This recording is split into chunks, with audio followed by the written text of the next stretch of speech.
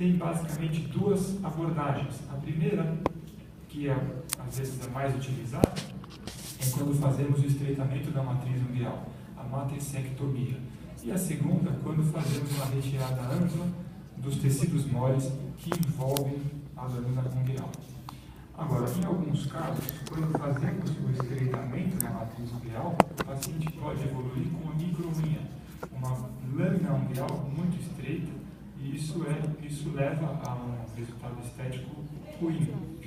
Quando esse paciente apresenta uma hipertrofia bilateral muito intensa, quando existe uma onicocliptose em outros dedos de não hálogos, porque são dedos cuja lâmina ungueal é mais estreita, e também em crianças, claro, depois de que o tratamento conservador falhou, uma vez que o tratamento conservador é a primeira escolha na unicravata das crianças.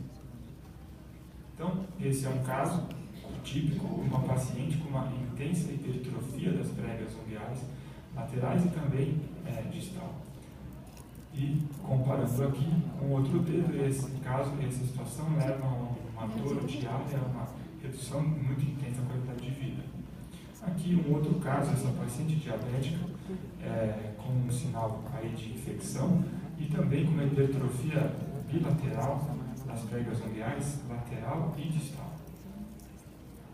Bom, então primeiro se faz a marcação cirúrgica, onde nós traçamos essa linha que se inicia aqui ao lado da prega ungueal proximal, vem em direção à polpa digital, e depois caminha por toda a lateral, toda a frente do dedo, repetindo do outro lado.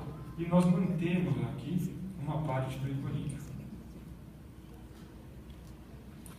Procede-se então ao bloqueio digital proximal, né, como já foi demonstrado bilateralmente, então a aplicação do torniquete, como já foi demonstrado aqui, a gente enrolando o torniquete e levando a uma isquemia do dedo. E dessa maneira usamos aqui o papinho saqueiro, porque é uma cirurgia extremamente rápida, leva poucos minutos. Depois começamos então a incisão.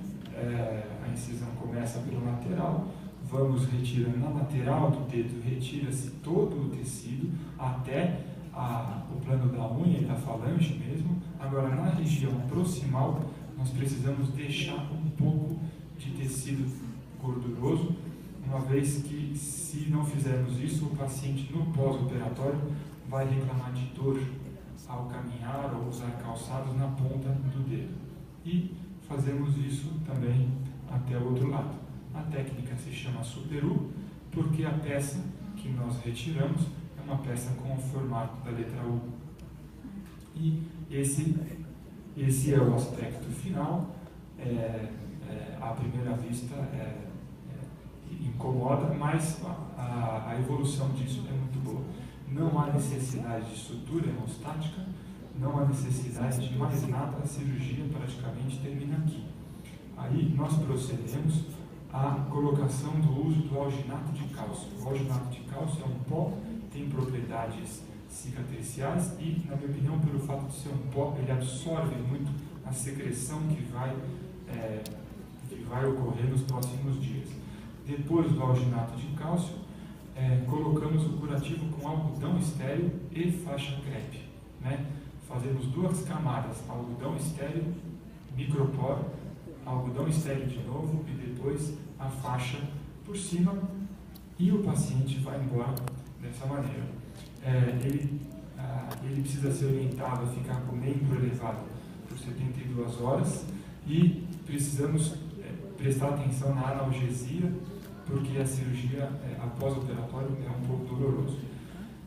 O membro elevado, ele ajuda tanto na analgesia como também ajuda na cicatrização. Eu deixo, em geral, anti-inflamatório e dipirona de horário e codeína, que é o codeína com paracetamol, se o paciente precisar. Dessa maneira, ele tem um pós-operatório bastante confortável. E ele deve manter isso fechado, sem mexer, até o retorno no 7º dia. Quando ele volta, o aspecto é esse. Eu acho que essa cirurgia, a técnica cirúrgica é muito simples, o mais difícil é você aprender a lidar com o pós-operatório e tipicamente isso tem um odor ruim, mas não significa infecção, a coisa evolui muito bem. Aí mantemos o curativo normal, como já foi explicado anteriormente, e aí a partir daí a paciente troca o curativo uma vez ao dia. Essa paciente que eu mostrei agora há pouco foi uma cirurgia que realizamos uma semana antes de vir para o congresso. Essa aqui é uma paciente já mais antiga, ou aqui com o PO há 30 dias, onde nós vemos uma reconstituição total, o processo de cicatrização ocorre de uma maneira muito boa das pregas unguiais, sem que causássemos uma micro-unha, e aqui a gente pode ver em escuro aonde estava a prega unguial e aonde teríamos que fazer a matricectomia. É isso, obrigado.